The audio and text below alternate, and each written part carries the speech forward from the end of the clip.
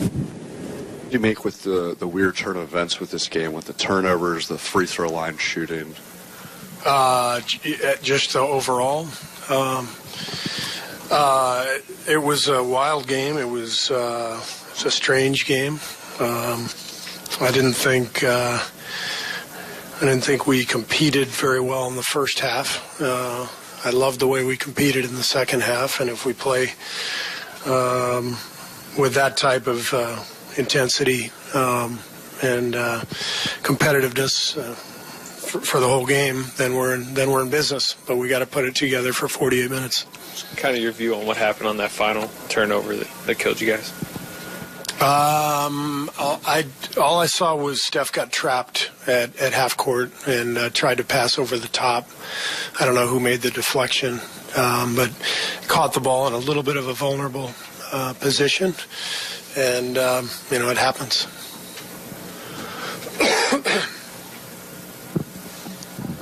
When you look at the stat sheet, how much will you look at those free throws? 6 of 15 on in an overtime game. Yeah, I think we're the best free throw shooting team in the league. So, like I said, strange game. We're in a little bit of a strange run, and we're going to get out of it. But when you're not quite right, just different things happen, strange things happen, and so the foul line stuff was kind of bizarre. But I've seen it before. It happens occasionally.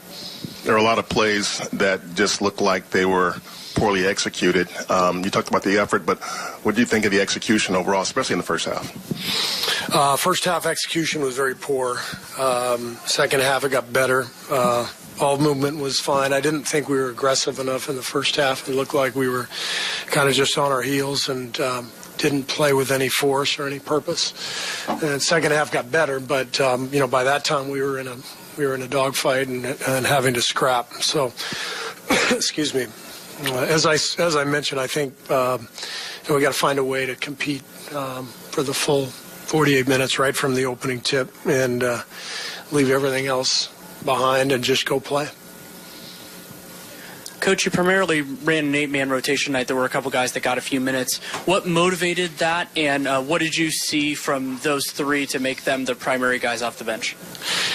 Well, those guys generally are the three primary guys off the bench. I think, Jordan Bell right now is just not in the rotation. He could get back in the rotation, but, I think the wild card is Alfonso. I thought about going to him early, but they were pretty big out there, and so we stayed with Jonas. So it's a rare game where we only play 8 guys. We generally play 9 or 10, but this is just kind of the way the game went, and if I had to do it over again, I'd probably get Alfonso out there a little bit more. Steve, you mentioned the intensity a couple times. The guys have mentioned it the last couple weeks. Why do you think it's been such an issue maintaining it?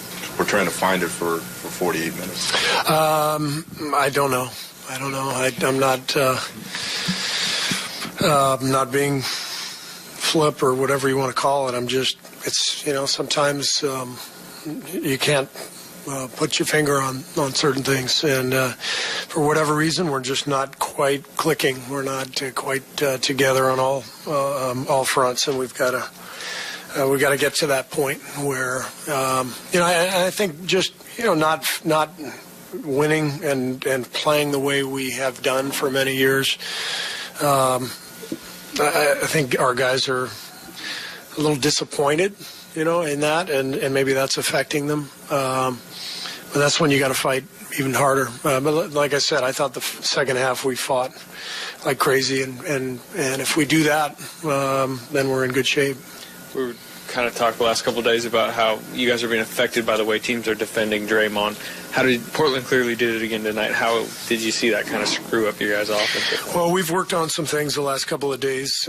We know everybody's going to do that, and it's not going to just turn overnight. But some of the things we worked on, I thought were effective.